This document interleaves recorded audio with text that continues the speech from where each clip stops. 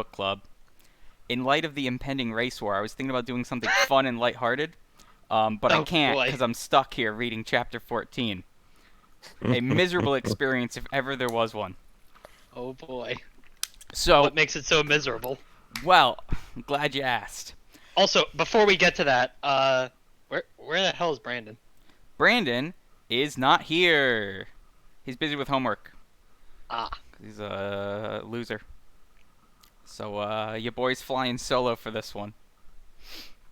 So, if you remember, chapter 12, right, was fun. I had fun with chapter 12. Chapter 12 was Joyce going, look at these fun parodies that I can do.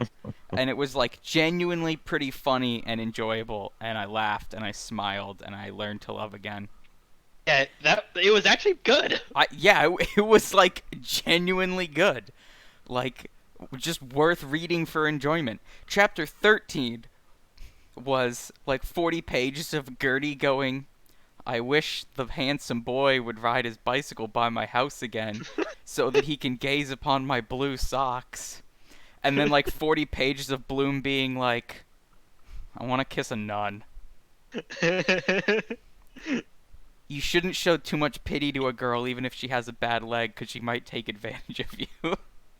Which, He's so beautiful. I wonder what he's thinking about. which was I mean boring, but like not that bad.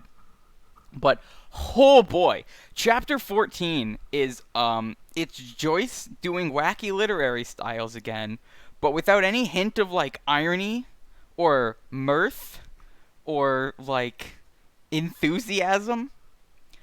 So yeah.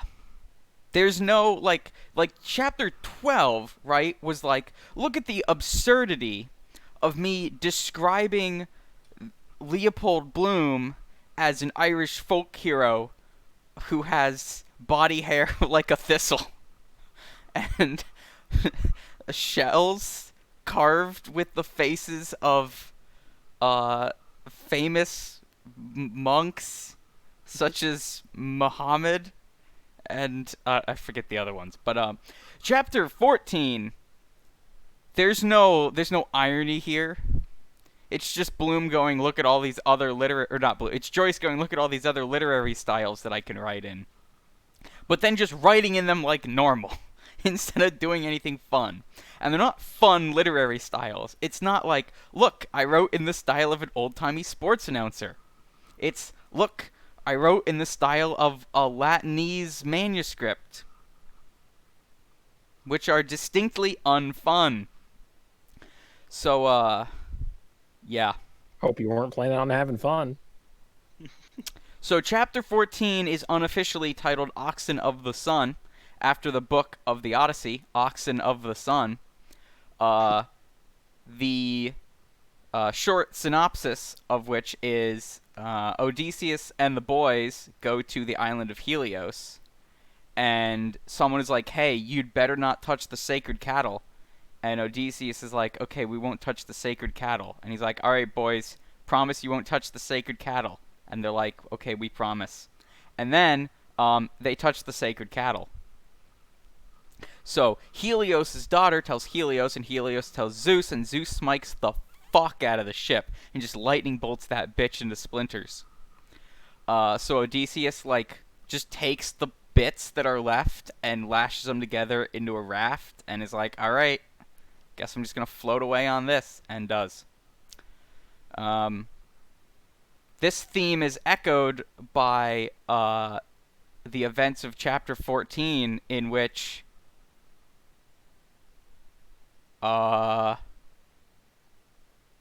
Leopold Bloom goes to another bar. I think that's what's going on here. So yeah, so chapter 14 begins with Leopold Bloom like swinging by the maternity hospital to check on an acquaintance who is in like her third day of labor. And then I think that like any actual checking on that happens is done like off screen. Like he's leaving the maternity ward when the chapter starts, and then he just goes to get food again, or maybe a drink. But he just kind of like just sits there being a wallflower. And Stephen Daedalus is there with the boys. And they're just getting drunk and shooting the shit.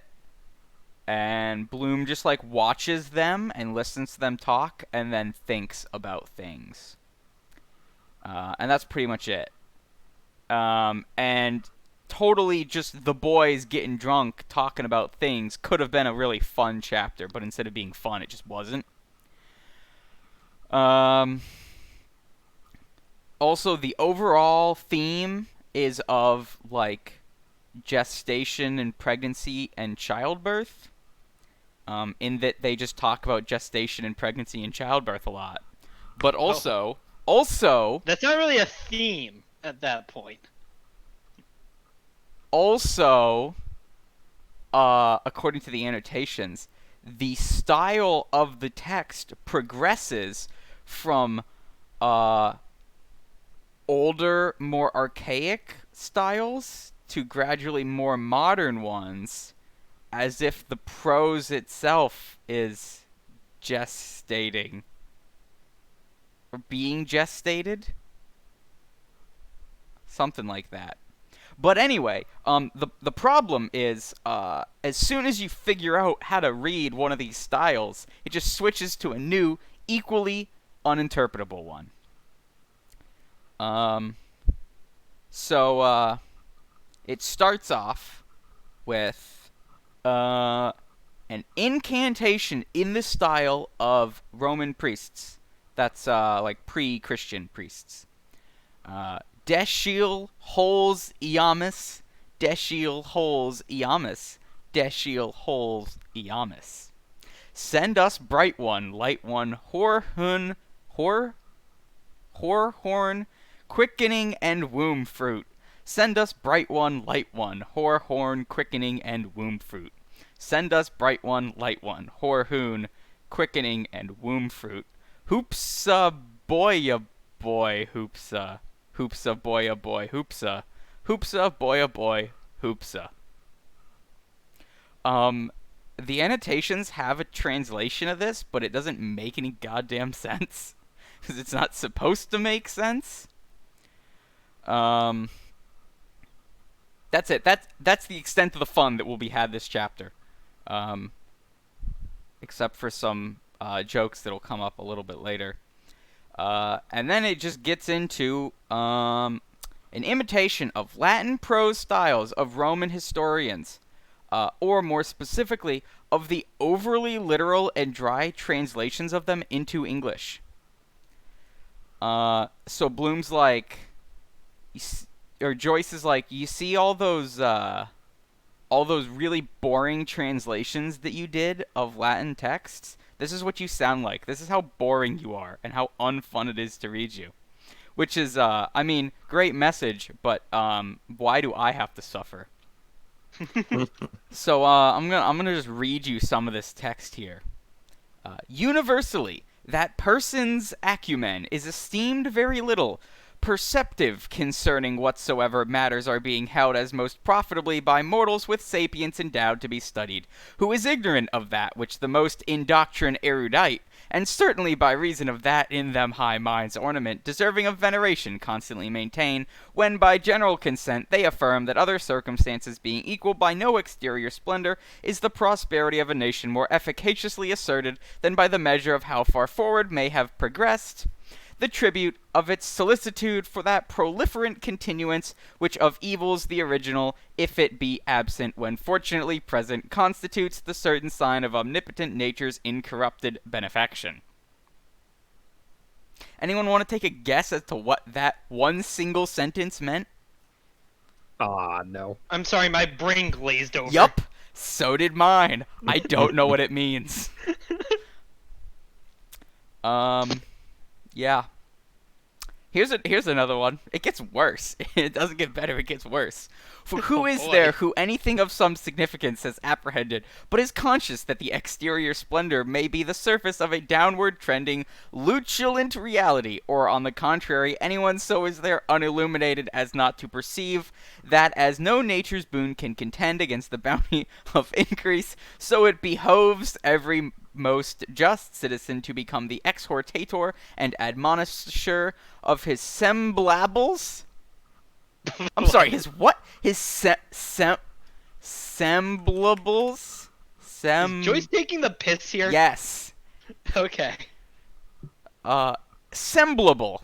A counterpart or equal to someone. Huh. I guess That doesn't help explain anything. to become the exhortator and admonisher of his semblables. Okay, hold on. Let's pick this apart here. Good lord. For who is there who anything of some significance has Has apprehended? anyone ever been as far even want to do go look more? That fucking phrase kept just like bouncing around in my head like the DVD player logo.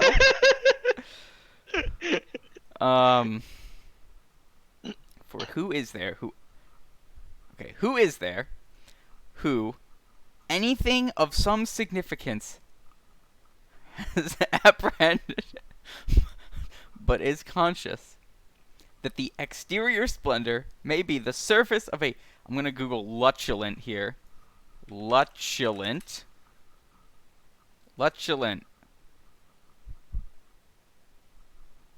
Dirty or muddy. Alright. Surface of a downward trending, muddy reality. Or, on the contrary, anyone so is there unilluminated as not to perceive that, as no nature's boon, can contend against the. Yeah, I got fucking nothing. Oh my god, it keeps going.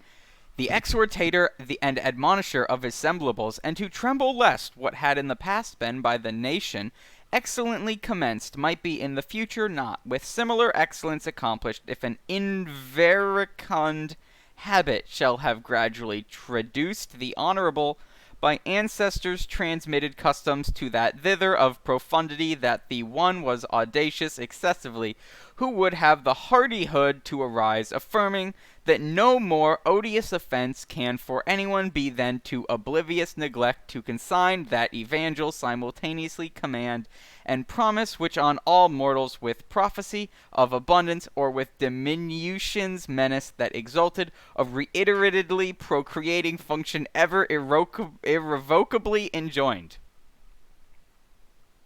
That I see. I understand everything. Doesn't understand anything. word count. That was 168 words. That one fucking sentence, which I gleaned nothing from. Anyway, I think you can see Does the annotations offer any explanation for what is intended by this? No. Really? No. Thanks, annotations. I imagine that this is unknowable. I gave up on this and I just pulled up the Cliff Notes. And the Cliff Notes were like, We don't know the either. language used in this chapter may present some difficulty to the reader. They should instead focus less on the simple action of the chapter and more on appreciating the prose as Joyce wrote it. What? And I'm like, Fuck you. no. Much in the same way one might appreciate but not focus on a needle in their eye. I was going to go with like slow lingering radiation poisoning. Yeah. You can't focus on it 'cause Also, it's inside your eyeball. What's even funnier is that the fucking dickhead who wrote the Cliff Notes for this couldn't help but use this really obnoxious prose style that was also rather difficult to parse at first. Because, of course, the guy they got to write the Cliff Notes for Ulysses, who, I mean, like, big ups to. Like, you are Was the brain modern day damaged because he understood Prometheus. Ulysses. But like, yeah, could you? It's like understanding monads. Yeah, once you understand them, you can't explain Ulysses them. truly is the monad of 1910s English literature. In that I don't understand either. That's a joke. I understand monads. We should stop the book club and just have a session on monads. And May as intermediary. as a nice palate cleanser. So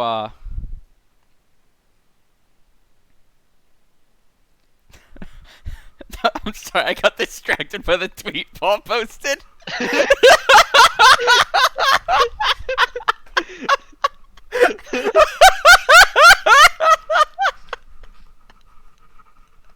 Okay, I'm good. Oh man, that's some shit right there. For those of you who are not watching this live while also watching the group chat live, just go on to Donald Trump's Twitter and pick whatever the most recent tweet is, because I'm sure it's just as funny as this one. Alright, anyway, sorry to interrupt our riveting discussion here. So, yeah. Well, basically, I couldn't get anything out of the action of the chapter because I couldn't understand the words. And I couldn't get anything out of the prose because I couldn't understand the prose. So, I don't have a lot to offer other than they use the word molestful at the bottom of page 703. Full of molestation. To her, nothing already then and thenceforward was any way able to be molestful of this chiefly felt all citizens except with proliferant mother's prosperity at all not to can be, and as they had... Yeah, so, this feels like... Something that, like, the language has shifted over the years. I mean, yeah, the language has shifted over the years, because this is a parody of Latin. Yeah.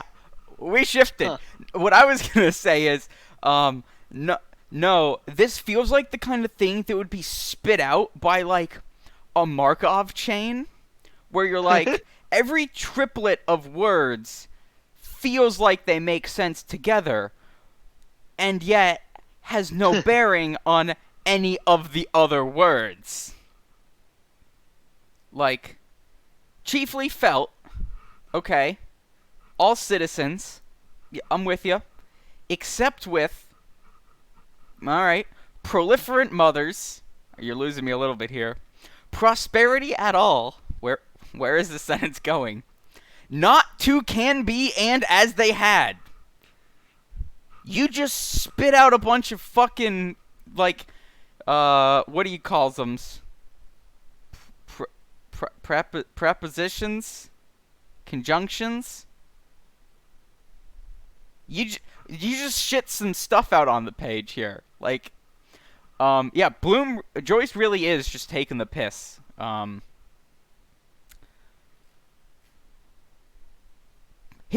like this one, though. This was a good sentence. Before born bliss babe had, within womb one he worship. So, this... The style has changed here. Bloom made it. Joyce Joyce made it 3 pages before he just gave up on the terrible, ironic, bad Latin, and switched to Anglo-Saxon rhythmic alliterative prose, which is at least more fun to read because it's more like poetry and less like a bad technical manual. So I'll read you some selections from this here. A couch by midwives attended with wholesome food reposeful, cleanest swaddles, as though forthbringing were now done, and by wise foresight set. So I actually understand what this means. So, what's her name here? I don't think they've said her name yet. But, Miss is... Give me a second. It's in my notes somewhere. Yeah, I figured her name. Um. Purefoy, Miss Purefoy. So she has been in labor for 3 days now, which is a long time to be squeezing out a baby. So out of concern for her, Bloom has visited the maternity ward to, I guess, just like poke his head in and be like, everything good in here? To which she goes, no, because she's been in labor for 3 days. And then, But he can't help, so he there's just leaves. not a lot he can do. Yeah, I don't really know. Give her like a thumbs up and a do your best. So a couch by midwives attended, with wholesome food reposeful.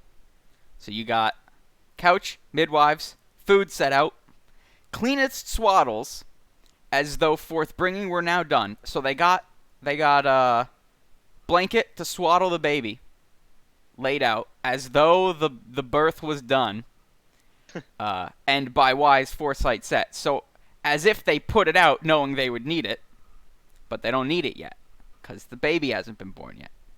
Anyway, that's like the only sentence that I really got a lot out of. But to this no less of what drugs there is need, and surgical implements which are pertaining to her case, not omitting aspect of all very distracting spectacles in various latitudes by our terrestrial orb, offered together with images divine and human, the cogitation of which by sejunct females is to tumescence conducive, or eases issue in the high sun-bright, well-built, fair home of mothers when, ostensibly far gone and reproductive. Yes, reproductive. That's his word, not mine. It is come by her thereto to lie in her term up. So they've got some pictures of some nice things to look at, some distracting spectacles in various latitudes by our terrestrial orb. Yeah, he's having a good time. Joyce is having fun. No one else is having fun, but Joyce is having fun. It's like that one guy that knows how to play the fighting game and makes everyone play against him, and then like perfects them a whole bunch. Yeah. What else we got here? In ward wary, the watcher hearing come, that man mild-hearted, eft rising with swire, yimpled to him her That's gate not a word. wide undid. Yeah, yimpled? Yimpled? Yumpled?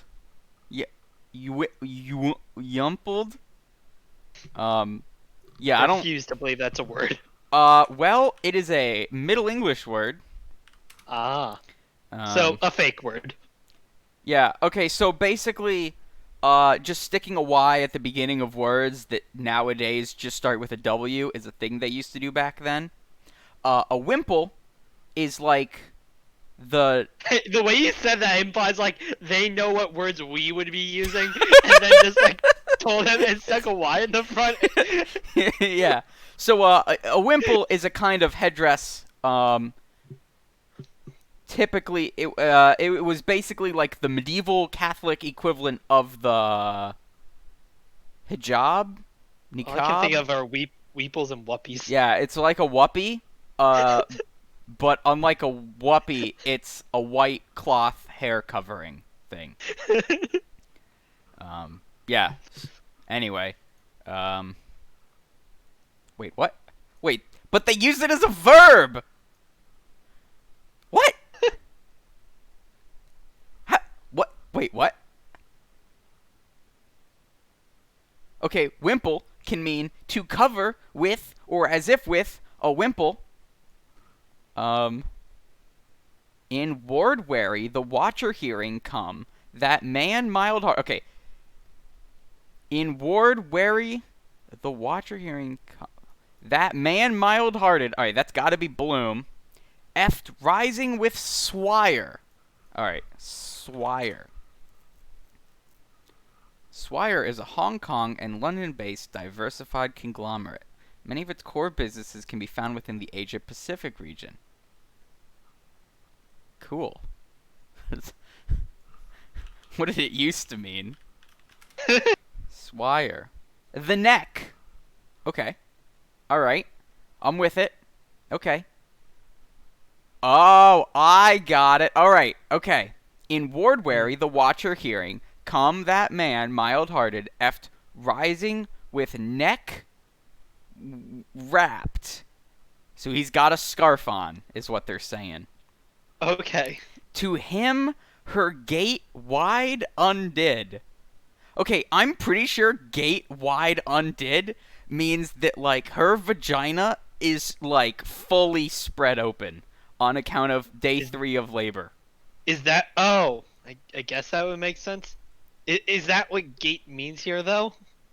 How many other gates do women have open while giving birth? Isn't gate a term for, like the distance between your legs as you walk? Um, Or I think of a kind different of, word. but that's gate spelled with an I. G-A-I-T. Oh, it's not spelled that way? Gate, yeah. Which does describe, like, the manner in which one walks. But, I'm pretty sure this is just, like, a euphemism for having her pussy, like, all the way open. Lo, levin leaping lightens in Eyeblink, Ireland's westward welkin. Full she drad that God the Wreaker all mankind would fordo with water for his evil sins. So, basically, I think that this means that the woman is wishing that, God would annihilate all of mankind, for doing this to her. Which, valid sentiment on day 3 of childbirth. Oh. Jade gate, the vagina, especially in reference to sex. Yeah, see? Used in East Asian literature. Well, Why jade? Aren't jades green?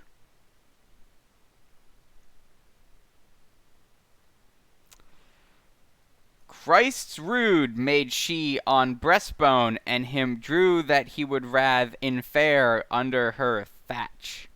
Okay, I remember this one. Thatch, can mean Like house. the roofs? Or, roof, right, because they had thatched roofs. But also, it can mean vagina. I mean, that at least makes more sense. That sounds like a word that would be used to mean vagina. Maybe because it sounds like snatch. Yeah. That man her will wadding worthful went in Horn's house. Loth to irk in Horn's hall hat holder the seeker stood. On her stow he ere was living with dear wife and lovesome daughter, that then over land and seafloor 9 years had long outwandered. Once in her town height, meeting he to her bow had not doffed. Her to forgive now he craved with good ground of her allowed, that of him swift seen face hers so young then had looked. Light swift her eyes kindled, bloom of blushes his word winning. Nah, I don't know. This is like I said, more flowerful and fun prose than the Latin. Unfortunately, it will get worse. Where is Bedthanes? Bedthane. Thane? Uh-oh. There we go.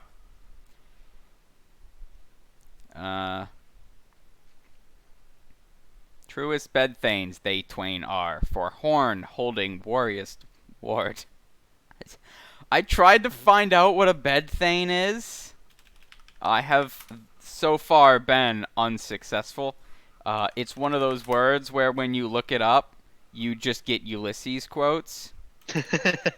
A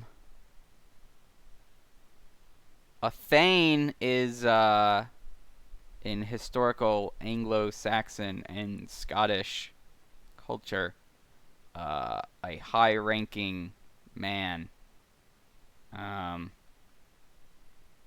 So like the man of the bed. I don't know. Man of the bed. The man of the bed. Yeah. Uh,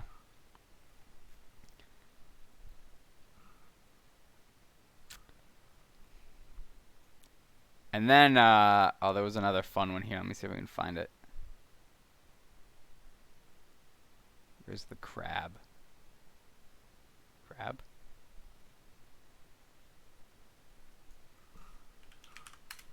Here we go. The man then right earnest asked the nun of which death the dead man was died, and the nun answered him and said that he was died in Mona Island through belly crab, 3 year agone come Childermas, and she prayed to God the all-ruthful to have his dear soul in his undeathliness. So I think belly crab means stomach cancer, but I'm not sure. Perhaps belly crab means like chest burster. Perhaps. We can only Alien was actually a Dank Ulysses reference. Yeah, we can only speculate. Here's another fun word that gets used a couple times. Eclept. As in, like, the verb form of eclectic? What is ecleptic? Is that a word? No. That was a word. Eclectic My brain just made is it a up. word. Eclectic. Meaning coming from a broad variety of sources or influences.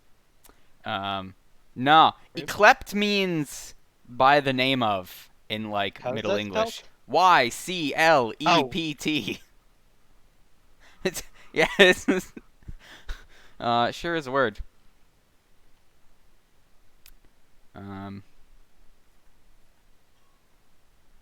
Yeah, so this one's actually kind of fun, because it describes Bloom as like a yeoman, cool medieval guy. And whiles they spake, the door of the castle was opened, and there nighed them a mickle noise as of many that sat there at meat. And there came against the place, as they stood, a young learning knight, yclept Dixon. And the traveller Leopold was couth to him, sithen it had happed, that they had had ado each with other in the house of Misericord, where this learning knight lay by cause the traveller Leopold came there to be healed, for he was sore wounded in his breast by a spear, wherewith a horrible and dreadful dragon was smitten him, for which he did do make a salve of volatile salt and chrism, as much as he might suffice. Prism? Chrism. Yeah, so basically, Leopold Bloom was once stabbed. Chrism is apparently an anointing oil. Oh. Also known as myrrh. Oh. Which I thought was an herb. Because it's only ever mentioned in the context of frankincense. Which, wait, that's an herb, right? No, that's an oil? Huh. Alright. Turns out I just don't know shit.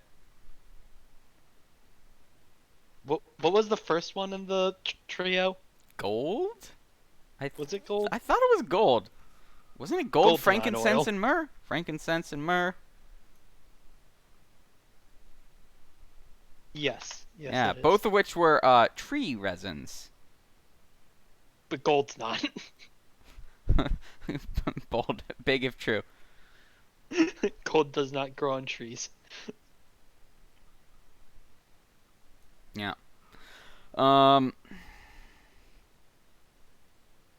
Yeah, so basically he's just going into the tavern, which is described here as a castle. And in the castle was set a board that was of the birchwood of Finlandi, and it was upheld by 4 dwarf men of that country, but they durst not move more for enchantment. And on this board were frightful swords and knives that were made in a great cavern by swinking demons out of white flames that they fixed then in the horns of buffaloes and stags, that there abound marvelously. Yeah, so we've gone like full high fantasy here, which is a bit fun. And there were vessels that are wrought by magic of Mahound, out of sea sand, and the air by a warlock with his breath, that he blazes into them like to bubbles. And full fair cheer and rich was on the board, that no wight could devise a fuller, nay richer. And there was a vat of silver that was moved by craft to open in, the which lay strange fishes withouten heads, though misbelieving men nigh that this be possible thing without they see it, natheless they are so. And these fishes lie in an oily water brought there from Portugal land, because of the fatness that therein is like the juices of the olive press. So they are describing restaurant having wooden serving trays and glasses and food. Huh. which is a little fun. And also, it was a marvel to see in that castle how by magic they make a compost out of fecund wheat kidneys out of Chaldee, that by aid of certain angry spirits that they do in to it swells up wondrously like to a vast mountain. Hang on, was that the word fecund? Fecund. Yeah. Fecund. Which I think means like fertile. Yes. That's a word that doesn't get used ever. The only other time I've heard it was in CGB Craze video about domesticating animals and the requirements therein. Yeah. Yeah, very occasionally comes up in like husbandry contexts. So, you want to take a guess what a wheat kidney is? I had to get this one out of the annotations. I assume it's part of the wheat plant? You are, I suppose, kind of close in a sense. A wheat kidney is a loaf of bread. What the fuck, Joyce? Is that some common term in some time period in some place? No. The only man to have ever referred to a loaf of bread as a wheat kidney is James Joyce. Of course. And they teach the serpents there to entwine themselves a wheat kidney. Up on long sticks out of the ground, and of the scales of these serpents they brew out a brewage like to mead. Yeah. And Child Leopold did up his beaver. I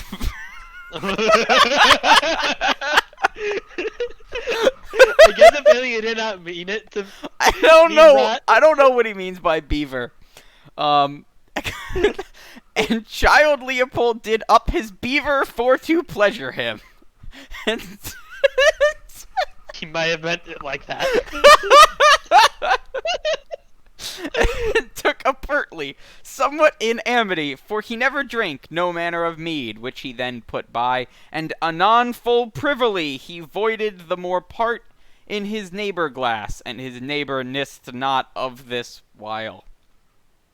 Thanks be Almighty God.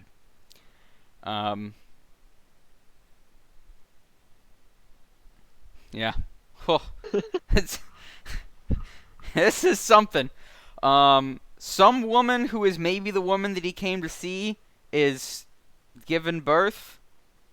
And Sir Leopold heard on the up floor cry on high, and he wondered what cry that it was, whether of child or woman. And I marvel, said he, that it be not come or now. Meseems it dureth overlong. Yeah, thanks for your brilliant insight here. 3 days is too long to be giving birth.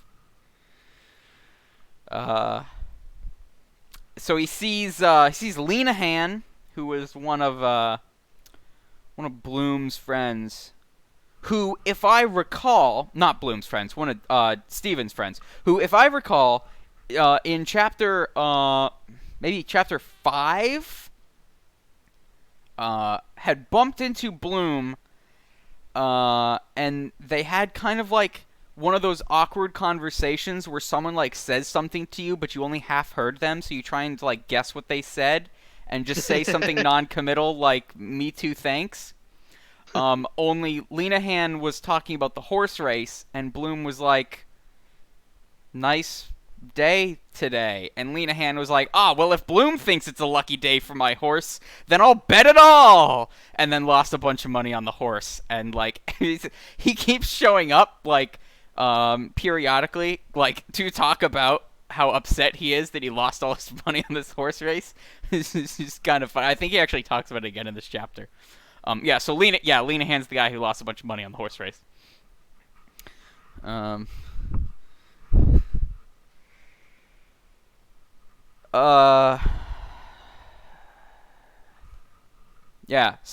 this gets into, in case you haven't guessed, parodies of Arthurian legends. And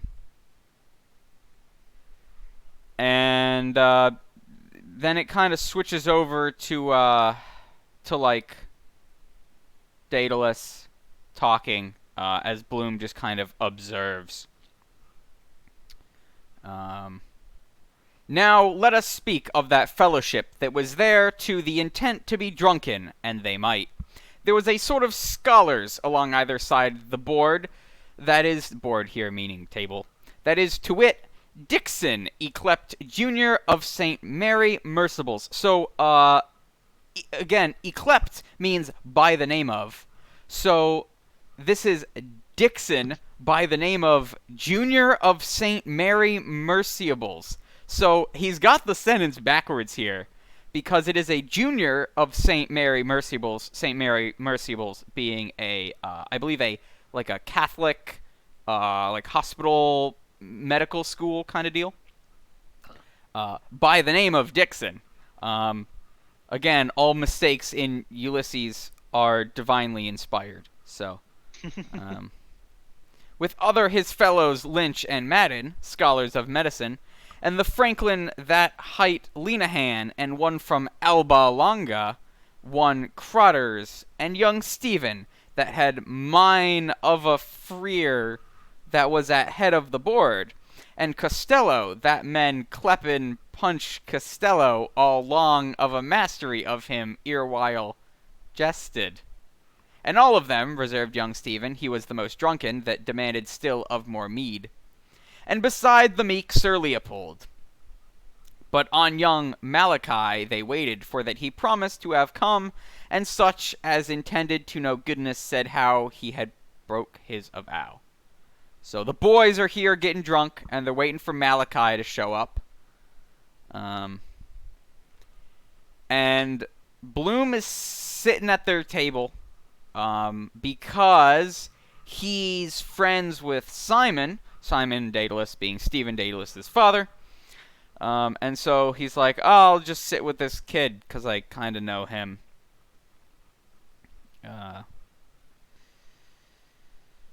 So he's just gonna kind of like sit there and like hear them talk and like think things.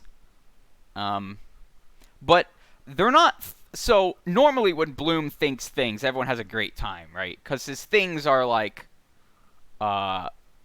crazy how nuns invented barbed wire. But instead he thinks things like, my son died at 11 days old, and I wish my wife still loved me. So it's, it's not as enjoyable as some of his other fun thoughts have been. But we're coming up here on some actual good dialogue.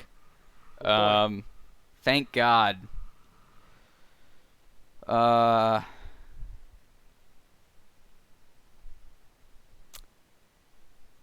So, before we get to the actual fun stuff, here's some more nonsense.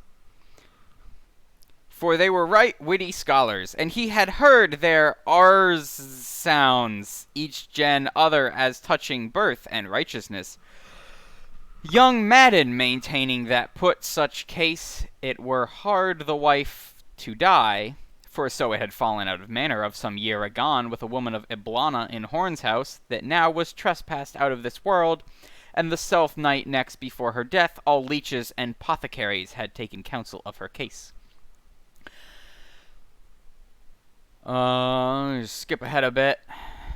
This was scant said, but all cried with one acclaim, Nay, by our Virgin Mother, the wife should live and the babe to die. This is the opposite of actual church doctrine, which said that if a medical decision had to be made between the life of the mother and the life of the newborn, you save the newborn instead.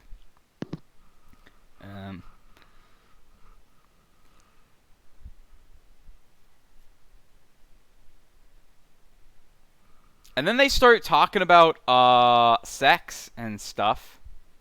Nice. Here we go. So, thereat laughed they all right jocundly, only young Stephen and Sir Leopold, which never durst laugh too open by reason of her strange humour, which he would not bewray, and also for that he rued for her that bare whoso she might be, or wheresoever. Then, what the fuck does that even mean? Then spake young Stephen, Orgulus. I'm pretty sure Orgulus is the adjective form of orgy.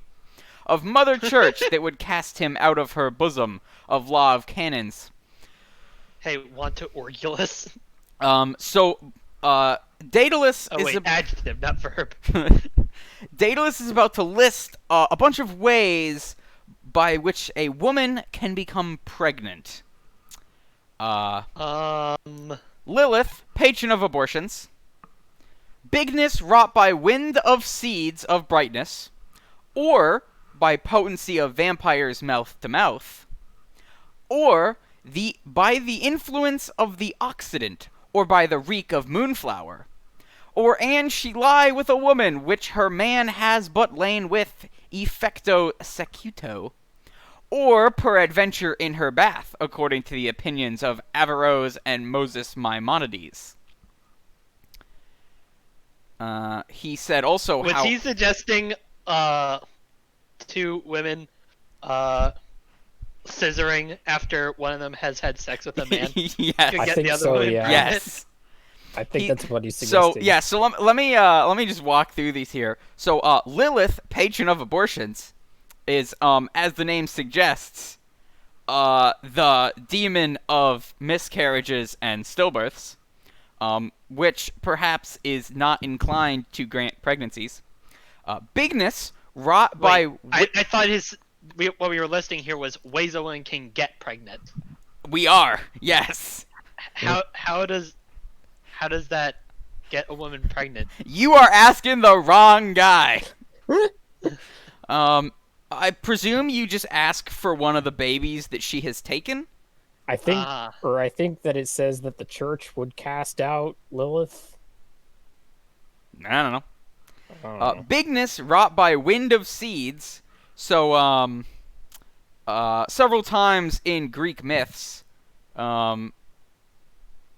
people have been impregnated by wind, which is a euphemism for Zeus, god of wind, among other things, and also god of just fucking everything. That is, not that he is the god of everything, but he is the god of fucking all of the things. Yes. Yeah. Potency of vampires mouth to mouth. So, kissing a vampire, that'll get you pregnant. Good to know. The influence of the Occident, that's wind again. Occident means west, done it? Yeah. So that's the western winds, or the east blowing winds, which is a reference again to a Greek myth. The reek of moonflower.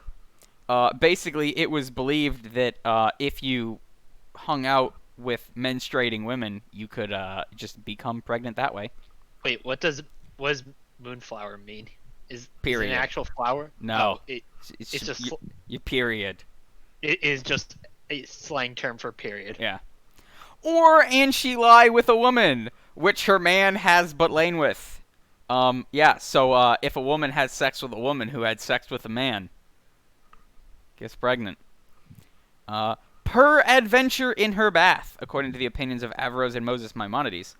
I should note that the whole having sex with a woman who had sex with a man, the annotations describe this as a improbable mode of impregnation. Thanks, annotations. This is the part that you comment on. Per adventure in a right. So Averroes and Moses Maimonides were some medieval scholars who wrote in a manuscript about a case in which a woman bathed with a man, as in like they were just in the same bath pool together, and the woman got pregnant. Which I'm pretty sure they just fucked in the bath. Yes. And then the woman was like, "We didn't have sex. It's just on account of we were in the same bath bathwater, water. and the sperms just swam out of his dick into my uterus."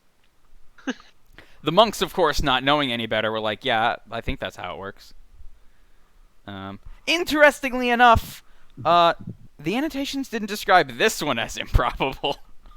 So I can only assume that it happens.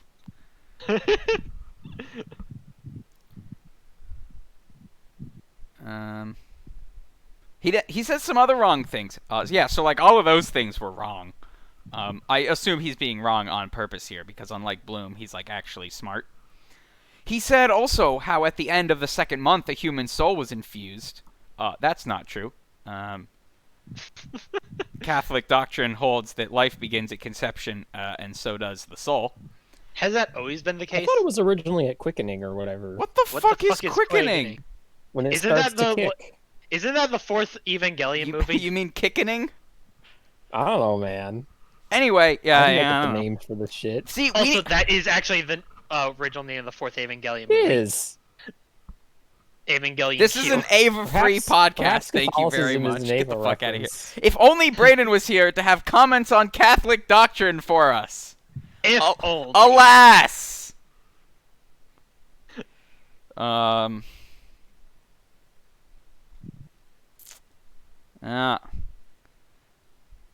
And how in all our holy mother foldeth ever souls for God's greater glory, whereas that earthly mother, which was but a dam to bear beastly, should die by cannon, for so saith he that holdeth the fisherman's seal, even that blessed Peter on which rock was holy church for all ages founded.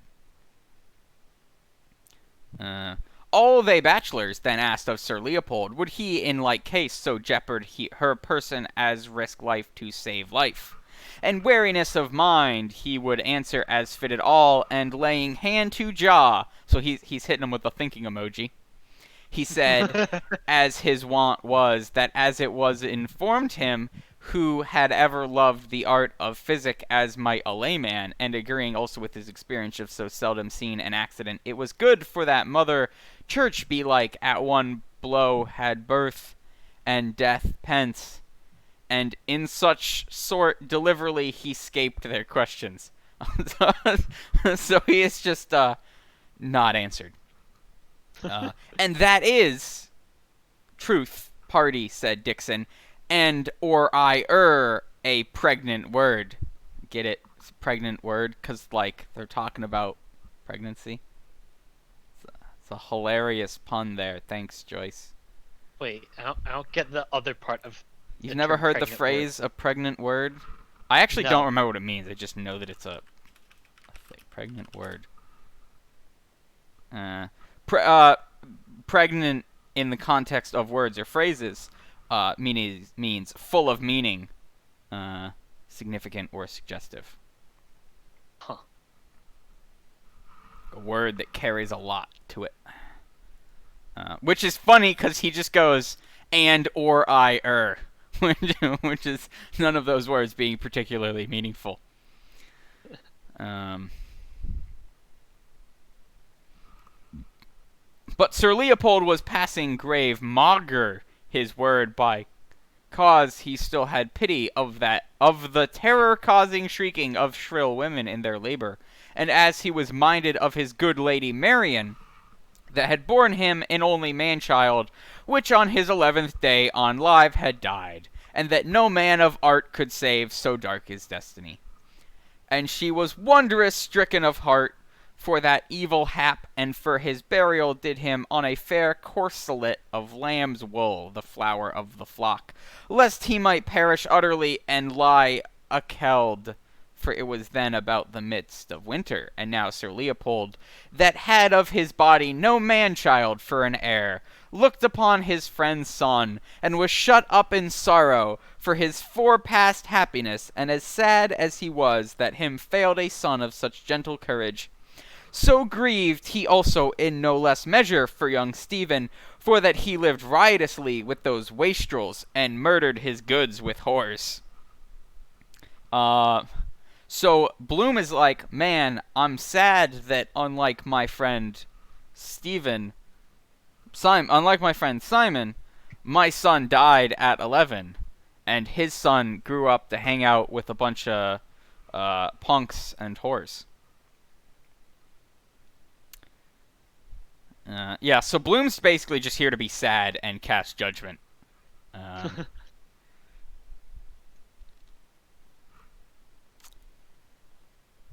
There's a parody of The Last Supper that goes on here. Now drink, we, quote he, of this mazer, and quaff ye this mead, which is not indeed parcel of my body, but my soul's bodiment. Leave ye fraction of bread to them that live by bread alone. Be not afeard neither for any want, for this will comfort more than the other will dismay. See ye here, and he showed them glistering coins of the tribute, and goldsmith notes the worth of £2 19 that he had foresaid for a song which he writ. The annotations really like to talk about like how much money he has and how much money like he has been spending, as if it somehow matters significantly. I don't really think it does.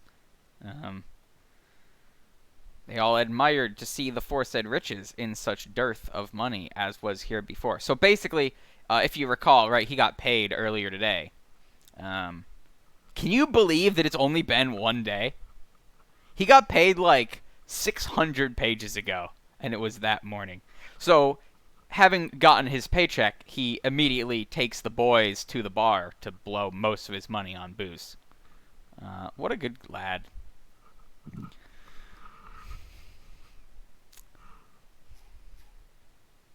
And now it gets bad.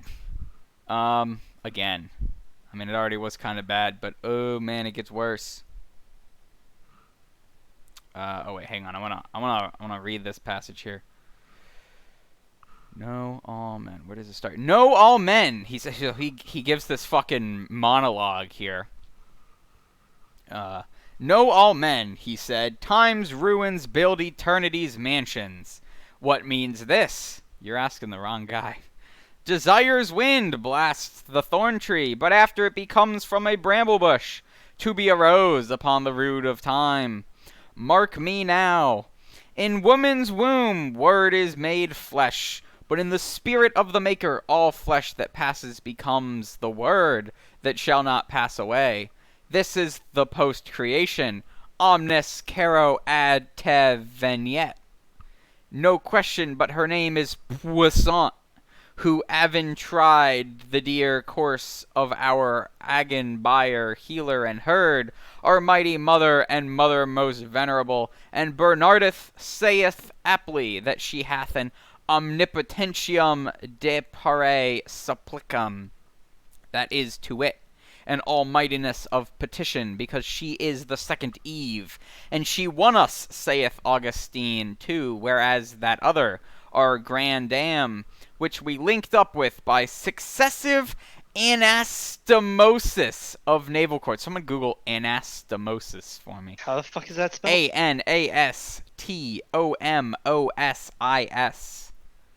Successive anastomosis of naval cords. God. Oh god, that's just a bunch of graphic images. A cross connection between adjacent channels, tubes, fibers, or other parts of a network. There's also a medical definition, where it's basically the same thing but in your body, particularly with blood vessels, the intestines, or other such channels. I see. Sold us all, seed, breed, and generation, for a penny pippin. But here is the matter now. Or she knew him that second, I say, and was but creature of her creature. Virgin madre figlia di tu figlio. Or she knew him not, and then stands she in the one denial or ignorancy with Peter Piscator, who lives in the house that Jack built, and with Joseph the joiner patron of the happy demise of all unhappy marriages. Parsequa Leo Taxil News Audit K. Andrew, you know French, right? Monsieur Leo Texil Nu Just I don't care what it means. I just don't want to mangle it too badly. Give me a reading here in your best French accent. Starting at Parsequa here. Parsequa Monsieur Leo Texil Nu de qui leve mise danse fichu position c'est les cigares pigeon ventre de Dieu. I think this is complete fucking gibberish. I'm not sure. Hang on, Might want to try just copying and throwing it into Google Translate and no. see if it actually gives you anything legible. Give it a shot here. Because, like, half the sentence is a bunch of prepositions, I think.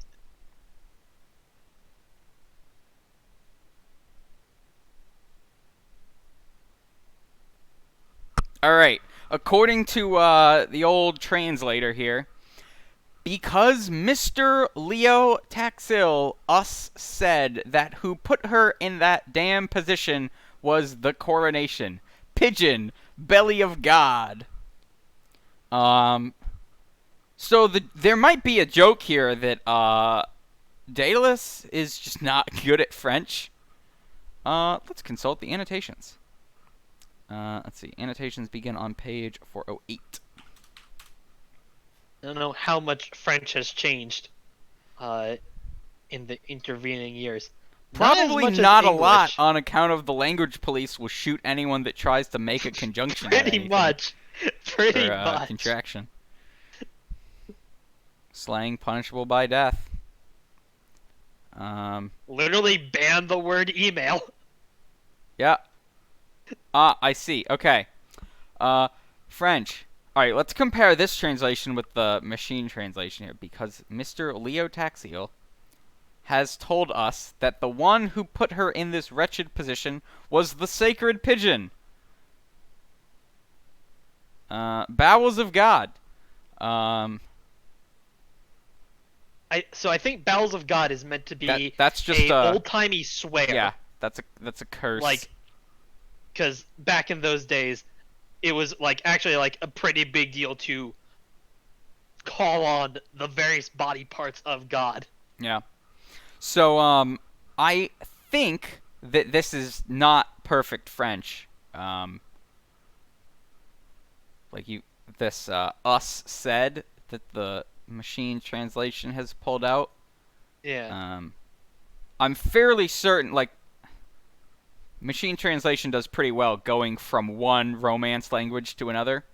Yeah, and it would can not handle make the grammar. mistake of told us versus us said. And I'm so pretty sure that's a incorrect grammatical construction. yeah, I'm in guessing that Leopold's. Or not Leopold's. Simon has just done some bad French here, or Stephen. En Twitter transubstantiality, odor consubstantiality, but in no case subsubstantiality. Substantiality. So transubstantiation is the change in which the bread and the wine become actually the the body and blood of Christ. Literally in Catholic Yeah. doctrine, apparently. Transubstantiation is the belief that they literally do that. As I believe Brandon has told us in previous episodes. Consubstantial is in Catholic doctrine the fact that the Father, the Son, and the Holy Spirit are literally one and the same. That's consubstantial.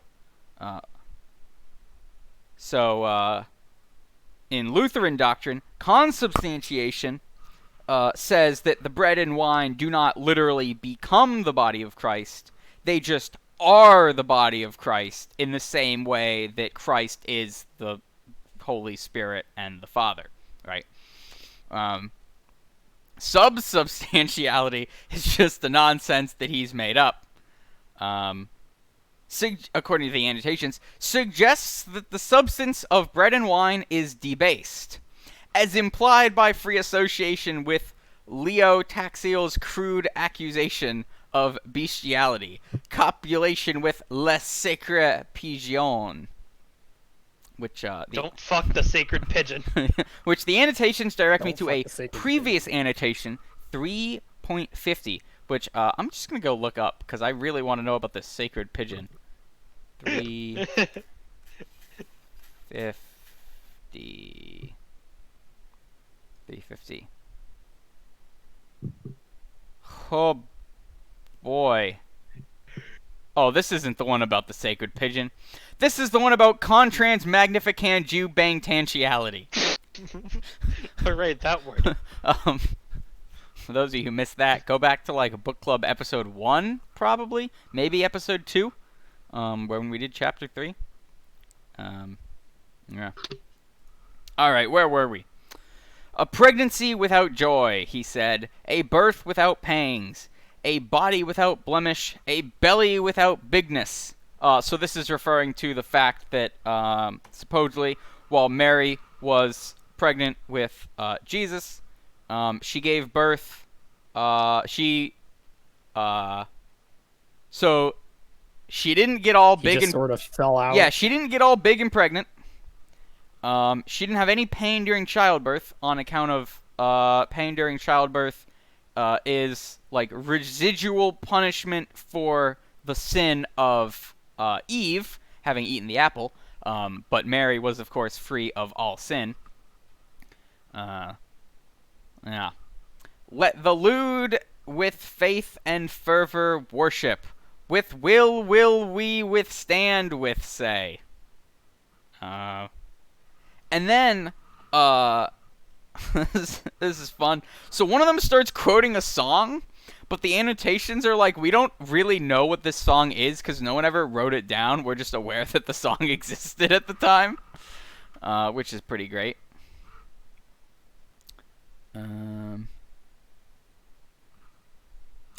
So around here is about it switches over to 16th and 17th century Latinate prose styles. That is to say, styles that are not in Latin but are written in the style of Latin. Because if you remember, there was like this movement where they're like, all right, we got this language that's like half French, half German, half bunch of other crap that we just found lying around. What if we just started talking like the Romans again? Because the Romans are pretty cool. And basically the language got bad and they added a whole bunch of dumb rules like how you can't split infinitives and stuff. The tyranny of which still reigns over our language to this day. Anyway, yeah, the language gets bad. Let me attempt to read some of this here. It was an ancient and a sad matron of a sedate look, and Christian walking in habit done beseeming her megrims and wrinkled visage, nor did her hortative want of it affect for incontinently punch Costello, was of them all embraded, and they reclaimed the churl with civil rudeness some, and shake him with menace of blandishments. Others, whiles they all chode with him, a murrain seized the dolt. What a devil he would be at, thou chuff, thou punny, thou got in peas straw, thou loosel, thou chitterling, thou spawn of a rebel, thou dyke drop, thou abortion, thou to shut up his drunken drool out of that like a curse of God agape. So basically, one of them has drunkenly started singing a dumb song, and everyone's like yelling at him to stop. To be short, Rude. this passage was scarce by when Master Dixon of Mary in Eccles, goodly grinning, asked young Stephen. All right, so this part's actually fun. I said it was dumb, Okay. but it's not quite dumb. It's kind of fun. Basically, one of them is like, well, let me read it here, and then I'll tell you what it means.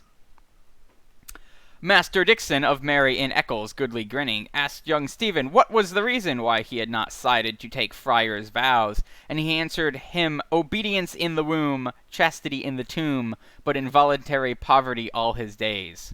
Master Lenehan at this made return that he had heard of those nefarious deeds, and how, as he heard hereof counted, he had besmirched the lily virtue of a confiding female, which was corruption of minors, and they all intershowed it too, waxing merry and toasting to his fathership.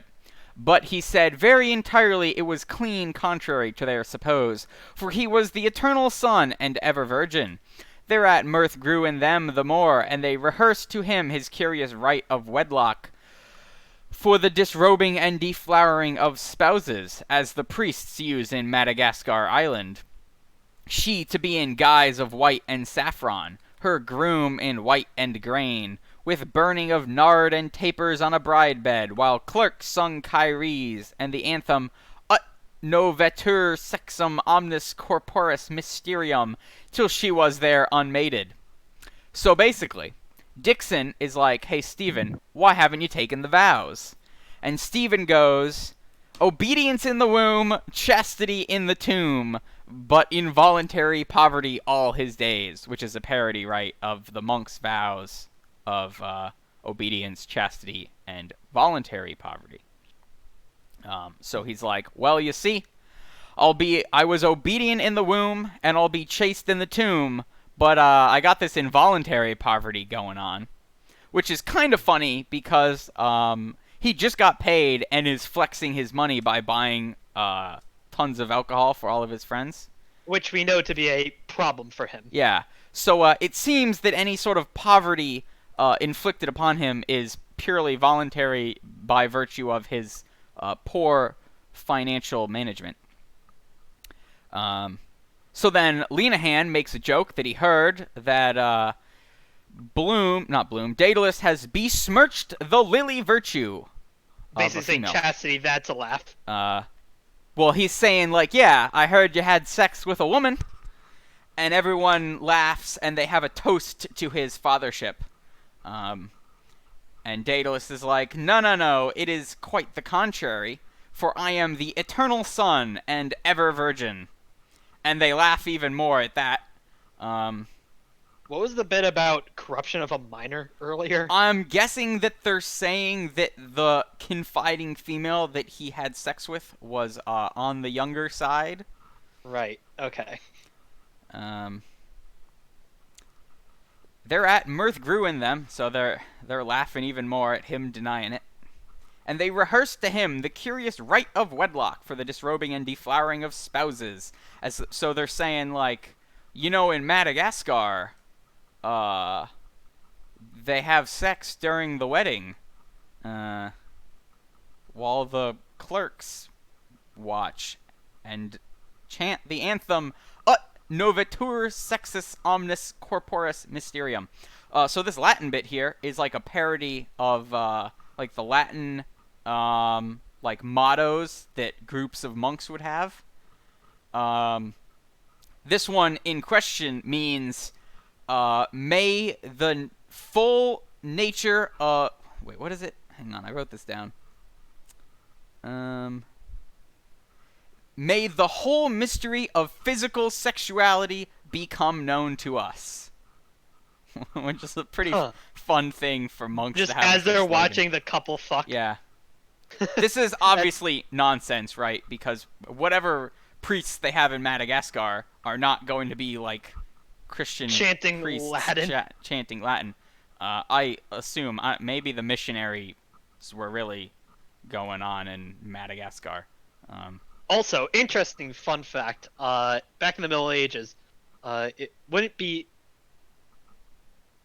a too uncommon occurrence that if there was like a dispute of basically the ability to consummate the marriage, it was expected to do it in front of an audience if there was some doubt to it. Yeah, Aw, didn't jeez. they make like one of the French princes do that? I seem to probably. recall hearing about a particular case in that. Yeah, so it was pretty funny, right? Because they're like, well, obviously no one has sex before getting married, so well, you have sex once you get married, and then you can tell if someone's already been married or not by inspecting the hymen. Which was What like, age was this in what? that you're referring to?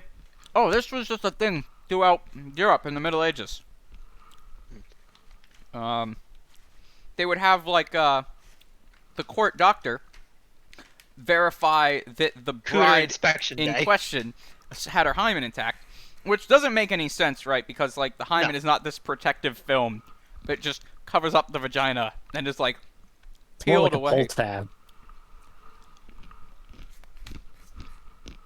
There are all sorts of ways it can be broken, so to speak, without having And- sex. And one can have sex without breaking it. And also, yeah, one can have sex without breaking, unless In it's like fact, probably you should try These- to not break it. These are indeed all things that we know with our modern big boy knowledge. It is possible for the hymen to like completely cover the vagina, but it Which is a like rare and uncommon actually- and makes it very painful to have sex. Yeah. Yeah. No, there's not really meant to be a whole lot of like ripping and tearing going on.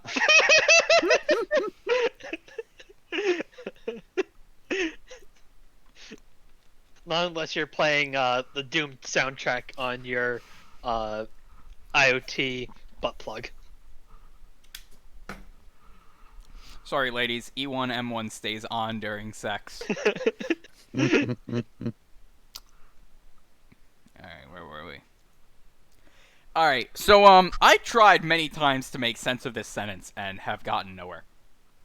He gave them then a much admirable hymen minum by those delicate poets, Master John Fletcher and Master Francis Beaumont. Alright, so, what the fuck is an admirable hymen minum? So I looked up minum. Minum is a unit of measurement equal to, I believe, 1/60th of a dram. What's a dram? 60 minums. A minum What's a is gill? a minum It's a is unit of roughly weight, I think. equivalent to 1 drop of water. A So very ambiguous measurement. That's just a milliliter. it's fairly close, yeah. Yeah. So a minum, right, is a very. Although it is literally a unit, it was rather uncommon for things to actually be measured in minums, unless you were like doing really careful like stoichiometry stuff, which was not rather common back then.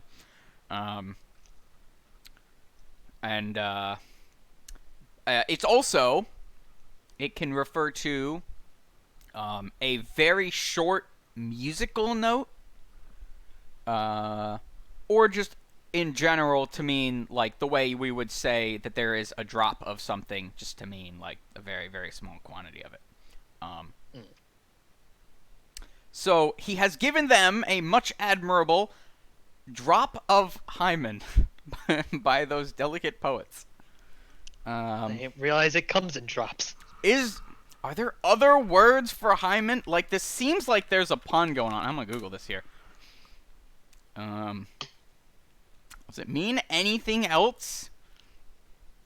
Disambiguation. No. It's really only got that one meaning. Okay. Annotations. Help me out here.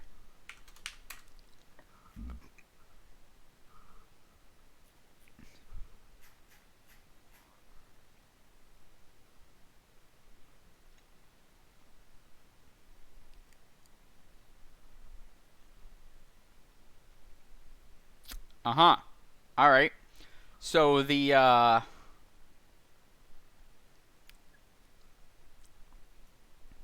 right. Well, it doesn't explain what the fuck a hymen minum is. But it does talk about the maid's tragedy. The Maid's Tragedy. The Maid's Tragedy was a play.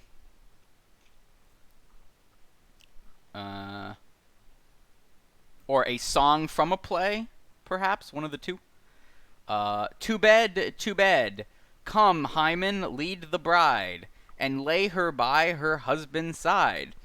Bring in the virgins, everyone, that grieved to lie alone. Wait, that doesn't rhyme.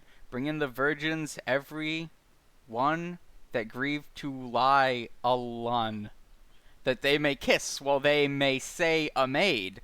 Tomorrow 'twill be other kissed and said, Hesperus be long a shining, while these lovers are a twining. So yeah, it's just some dirty poem from a bawdy play. Alright,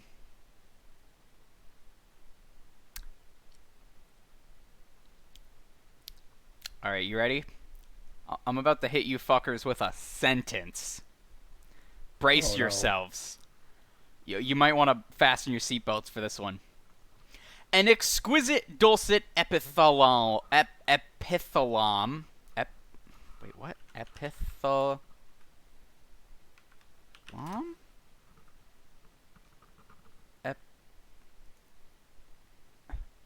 That's not a real word. I googled it. It's not a real word. Nothing comes up. I mean, I get words.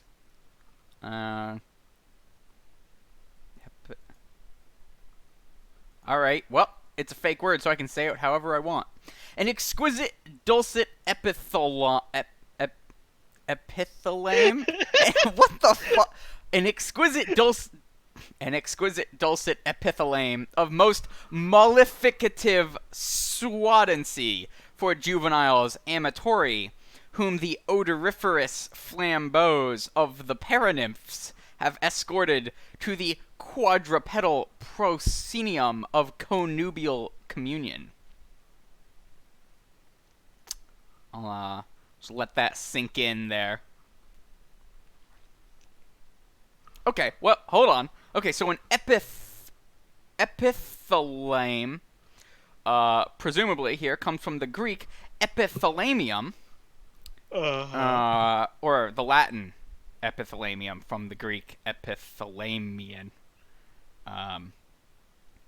which is a poem written to be read while the bride is on her way to the marital chamber. What an interesting concept. Yeah. Like, just that definition gives, like, a lot of detail of, like, some particular historical ritual. Yeah. It's just like, oh, that's a thing, apparently. Uh-huh. So there is, You don't I have that term see. unless, like, there are a lot of things going on. Okay, so Hymen, was the Greek god of marriage ceremonies. Oh. That's interesting. I never heard of them before. No. It is believed that Hymen would visit, I just had the thought, like, the lesser Greek god of frenulum.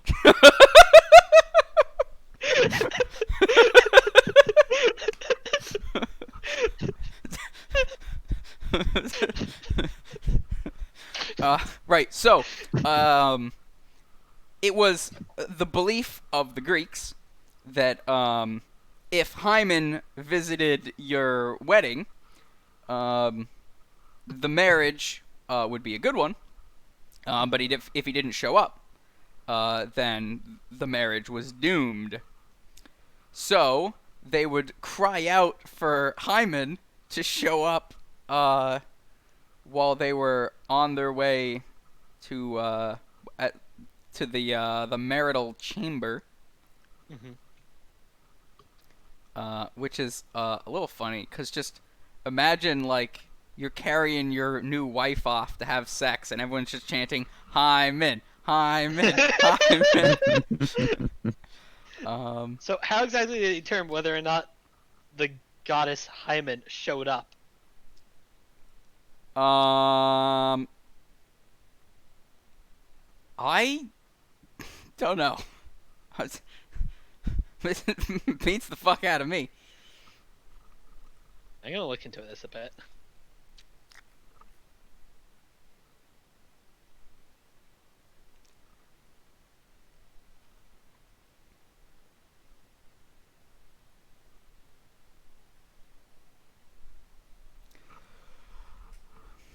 An exquisite dulcet epithalame of most mollificative suadency for juveniles amatori, whom the odoriferous flambeaux of the paranymphs have escorted to the quadrupedal proscenium of connubial communion. All right, let's work through this here, right? So, an exquisite dulcet epithalame means a nicely sung wedding poem.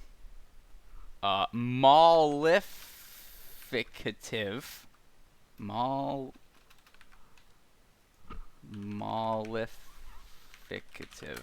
That's probably not a real word. Alright, so mollification refers to the state of being appeased or peaceful. So, Alex, I think I found the Wikipedia article, which I suspect is what you were reading. Yep. Notable is that in the main body of this, where it says function and representation, there's absolutely no reference here. Like, there's just nothing. Huh. So this could be complete bullshit for all we know. Yeah, not a lot of citations. Hymen was killed by Nicaea? Wow, spoilers!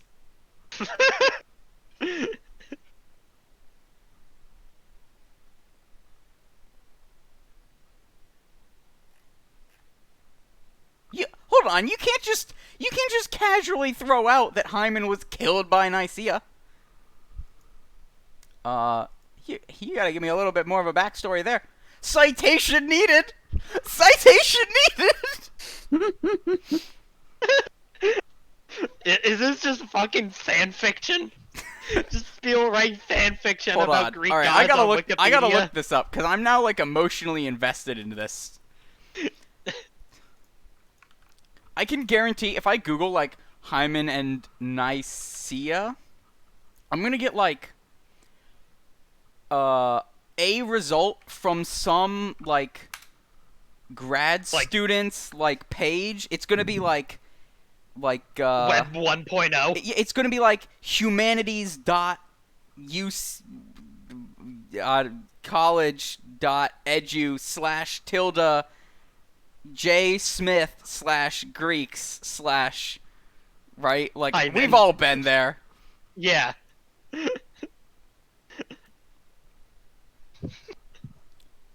All right, encyclopedia. Nice. All right. This old ass looking online Greek mythological encyclopedia makes no mention of Hymenios dying. Huh? What was the name of the god that killed him? Nicaea, Nicaea, was a nymph, I think. The website makes no mention of that. Huh. All right. I'm pretty sure the Wikipedia article is yoinked like straight from whoops. This page, which I will put in book club to confuse everyone not listening to the book club podcast. Hyman, God. Because if you go down to later story of origin, you'll know it's just the text. that it's just the same fucking text from the Wikipedia page. So That it just ends either- with he was killed by Nicaea. either the Wikipedia page is yoinked from this website, or even better, this website was yoinked from Wikipedia. Here's arthistoryreference.com. Also says that Hymen was killed by Nicaea. Again, no sources.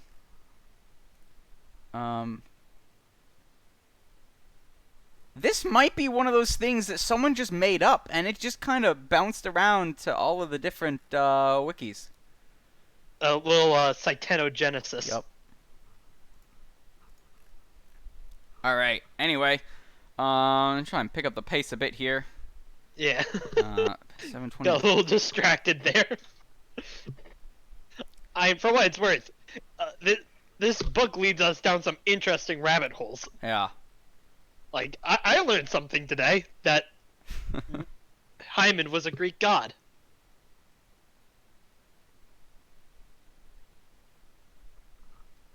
What the fuck are they talking about? Who? I'm just trying to follow the words. I could not keep up with any of the dialogue in this. It really just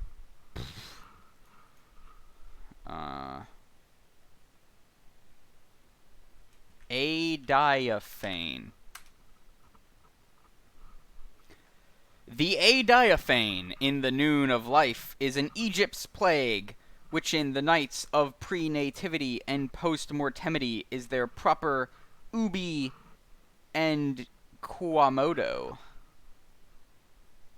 Komodo? I don't know what that means. I also don't know why Ubi? I wrote that down in my notes. What does it mean? Alright, here's fun prose. The aged sisters draw us into life. We wail, batten, sport, clip, clasp, sunder, dwindle, die. Over us dead they bend. First saved from the waters of old Nile among bulrushes. A bed of fasciated wattles. At last the cavity of a mountain. An occulted sepulchre. Amid the conclamation of the hillcat and the ossifrage. Yeah, man, I don't know what that means. I know what this means, though.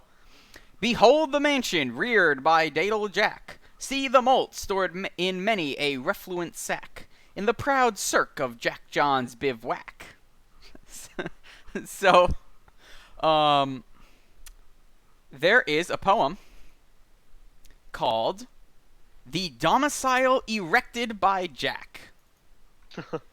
It is a parody of a nursery rhyme, The House That Jack Built, which I was too lazy to look up the text for. But just, I think you'll get an idea. It's, you know, your typical nursery rhyme, like, behold the house that Jack built. And it's talking about the house. Anyway, The Domicile Erected by Jack is a parody of this nursery rhyme, which uses, like, really absurdly heroic language to describe, like, this house with a cat and a mouse and a cow. I will read now to you The Domicile Erected by Jack, which is actually kind of a fun poem. Behold the mansion reared by Dadle Jack. See the malt stored in many a plethoric sack in the proud cirque of Ivan's bivouac. Mark how the rats felonious fangs invade the golden stores in John's pavilion laid. Anon with velvet foot and Tarquin strides, subtle Grimalkin to his quarry glides. Grimalkin grim that slew the fierce rodent, whose tooth insidious Johann's sackcloth rent. Lo, now the deep-mouthed canine foe's assault that vexed the avenger of the stolen malt, stored in the hollowed precincts of that hall that rose complete at Jack's creative call. Here stalks the impetuous cow with crumpled horn, whereon the exacerbating hound was torn, who bade the feline slaughter beast that slew the rat predacious whose keen fangs ran through the textile fibers that involved the grain, which lay in Han's inviolate domain. Here walks forlorn the damsel, croned with rue, lactiferous spoils from vaccine dugs who drew of that corniculate beast whose tortured horn tossed to the clouds in fierce vindictive scorn the harrying hound whose braggart bark and stir arced of the lithe spine and reared the indignant fur of puss that with vermincidal claw struck the weird rat in whose insatiate maw lay reeking malt that erst in Juan's court we saw. Robbed in a senescent garb that seems in sooth too long a prey to Cronus's iron tooth, behold the man whose amorous lips incline full with young Eros's osculative sign to the lorn maiden whose lactalbic hands drew albulactic wealth from lacteal glands of that immortal bovine by whose horn distort to realms ethereal was born the beast Catulian. The beast Catulian literally just means the cat. The beast Catulian, vexer of that sly Ulysses quadrupedal, who made die the old mordacious rat that dared devour Antecedanius ale in John's domestic bower. Anyway, this goes on for like 3 more verses, but I think you get the idea. Anyway, evidently Joyce liked this funny poem enough that he just quoted it in his book. Just wholesale. Well, the first 3 lines. Oh, okay. Although they changed some words because the 3rd line of the actual poem reads, "In the proud cirque of Ivan's bivouac." But as quoted here, it is, "In the proud cirque of Jack John's bivouac." The implications of this change are unknown.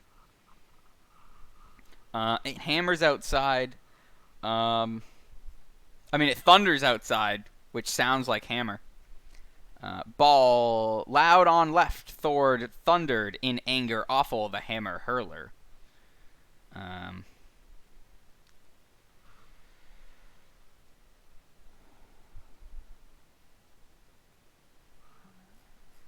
Skip ahead a bit. Some other bits of prose I have picked out. So there's this weird ass fucking story that goes on here, which I have not been able to find out what the hell it fucking means. But I'll read it here in the hopes that perhaps one day someone will figure it out. Then wotted he not of that other land which is called Believe on Me, that is the land of promise, which behoves to the King Delightful, and shall be forever where there is no death and no birth, neither wiving nor mothering at all, shall come as many as believe on it. Yes, Pious had told him of that land, and Chaste had pointed him to the way, but the reason was that in the way he fell in with a certain whore of an eye-pleasing exterior, whose name, she said, is Bird in the Hand. And she beguiled him wrongways from the true path by her flatteries, that she as said to him as, Ho, you pretty man, turn aside hither, and I will show you a brave place. And she lay at him so flatteringly that she had him in her grot, which is named Two in the Bush, or by some learned carnal concupiscence.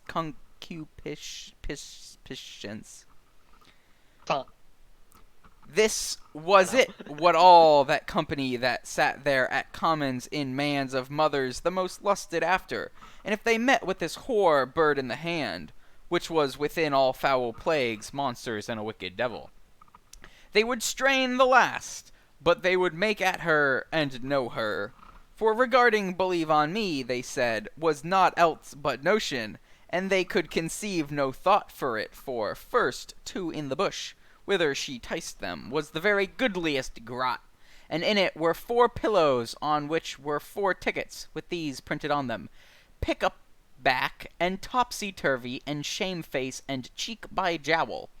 And second, for that foul plague, all pox, and the monsters that cared not for them, for preservative had given them a stout shield of oxen gut. And third, that they might take no hurt neither from offspring. There was that wicked devil by virtue of this same shield, which was named Kill Child. Yeah, I don't know. I don't get it. The only thing that maybe I get is that, stout shield of oxen gut, I know they used to use, like, animal, intestines to make, condoms out of. So maybe they're saying that they have a intestine condom for when they have sex with the whore. Yeah, I don't really know. Another one of those unsolved mysteries.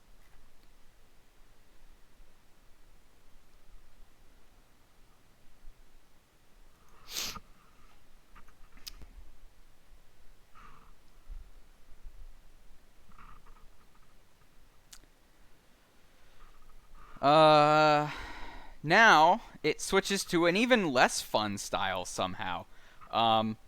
This is now in the style of the diaries written by John Evelyn and Samuel Pepys, who were 17th century diarists.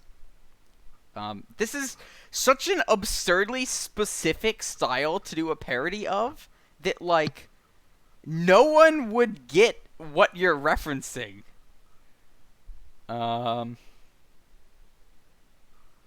Which is like this weird shorthand, like, well, it's a diary. So, Thursday, 16th June, Petic dignum laid in clay of an apoplexy, and after hard drought, please God, reigned a bargeman coming in by water. A 50-mile or thereabout, with turf saying the seed won't sprout, fields athirst, very sad colored and stunk mightily, the quags and toffs too.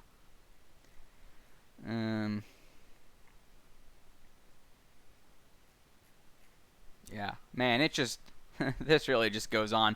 Bloom of Crawford's journal sitting snug with a covey of wags. Likely brangling fellows. Dixon, June, a scholar of My Lady of Mercies. Vin Lynch, a Scots fellow. Will Madden. T. Lenahan, very sad about a racer he fancied. And Stephen D. Leop. Stephen D. Leop Bloom, there for a languor he had but was now better. Be having dreamed tonight a strange fancy of his dame, Miss Mall, with red slippers on, in a pair of turkey trunks, which is thought by those in ken to be for a change and pure foy there, that got in through pleading her belly, and now on the stools, poor body, 2 days past her term. The midwife sore put to it, and can't deliver, she queasy for a bowl of rice slop, that is shrewd dryer up of the insides, and her breath very heavy, more than good, and should be a bully boy from the knocks, they say, but God give her soon issue. That was all one sentence there. So this bit here about Miss Mall with red slippers on in a pair of turkey trunks, I tried to look up turkey trunks. You want to know what I found on Google? What'd you find? Just a whole bunch of men's swimming trunks with turkeys on them. Which is... Somewhat suspect that's not what he meant. Somewhat suspect it's not. But man, I'm just imagining Bloom imagining his wife wearing red slippers and turkey swim trunks. Sorry, honey. The turkey swimwear stays on during sex. Leopold Bloom doesn't have sex with his wife. That is so damn true. Yeah, that's pretty much as far as I was able to read. I'm gonna call it here so I can eat dinner. How much more of this this chapter is there? We are 19 pages in out of 87. Good lord. I'm gonna try and just power through all of it for next episode and just get on with it so that we can move to the screenplay bit. Oh boy. Where we could do some fun stuff like, I don't know, just read it like a screenplay. That would be kind of fun. Oh, we each take parts? Yeah, everyone just gets a character to read a line from. And we just have You ever fun do with that it. in high school English class? Oh yeah, yeah. Yeah, let me tell you, Shakespeare doesn't get any easier to understand when each sentence is read by a different person. And they're all equally unable to read certain Yeah. words. All right. Thanks for coming to book club. I hate this chapter. I hit the wrong button. I meant to hit the stop stream button, and I hit the leave voice chat button.